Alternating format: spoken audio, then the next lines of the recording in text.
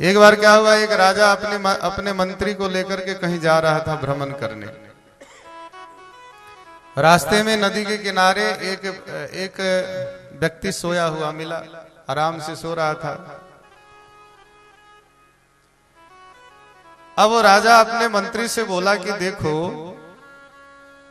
हमारे पास इतनी संपदा है, इतना धन दौलत है, इतना सब कुछ है, इतनी सुविधा, इतनी फैसिलिटी, लेकिन ये नदी के किनारे ऐसे रेत के कनों पर सो रहा है, बढ़िया खराटे मार रहा है।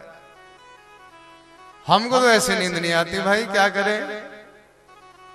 राजा बड़ा खुश हुआ कि हम तो पता नहीं क्या क्या, ये लगाओ, ऐसा लगाओ, ये लगाओ, वो करके भी रात को 1 बजे उठ के कहते भाई एक गोली देना। क्या हुआ? पत्नी पूछी क्या हुआ, क्यों उठ के बैठ गए? पता नहीं आज नींद नहीं आ रही है। अब नींद कैसे आएगी, दिमाग घूम रहा है चारों तरफ। नींद कैसे आएगी, इतना जाल बुन रखे हैं तो नींद कैसे आएगी। पत्नी बोली चलो खा लो गोली, खा के सो गए। राजा बोला भाई अपने साथ भी यही होता है। तो राजा बड़ा खुश हुआ। राजा क्या किया कि 2-4 सोने की असरफी जेब में से निकाला और सोने की असरफी निकाल करके वो जो सोया हुआ फकीर था उसको दिया, लो भाई रख लो। वो उठा, बोला क्यों? अरे रख लो। मंत्री बोला राजा साहब दे रहे हैं, अरे क्यों क्यों कर रहा है, ले लो भाई ले लो, बढ़िया है।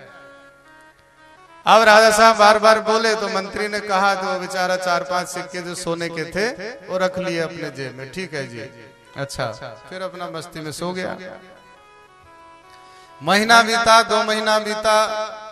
एक दिन राजा साहब मंत्री जी के साथ उधर ही घूमते घुमाते पहुंच गए।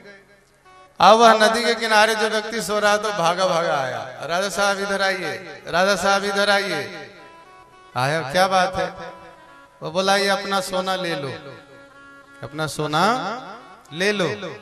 राजा बोला क्यों? न बोले ले लो। राजा बोला भाई कारण तो बताओ। न बोला ले लो, हमको नहीं चाहिए। मंत्री बोला देखो राजा साहब ने सोना दिया, इसको ये वापस लौटा रहा है। राजा बोला भाई कारण क्या है, तो देना क्यों चाहता है?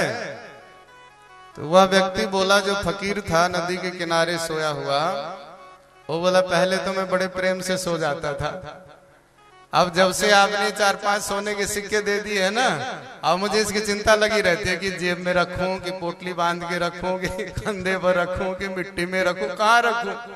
अब मुझे नींद ही नहीं आती। इसलिए महाराज ये ले लो, मुझे तो सोना है, आनंद से रहना है।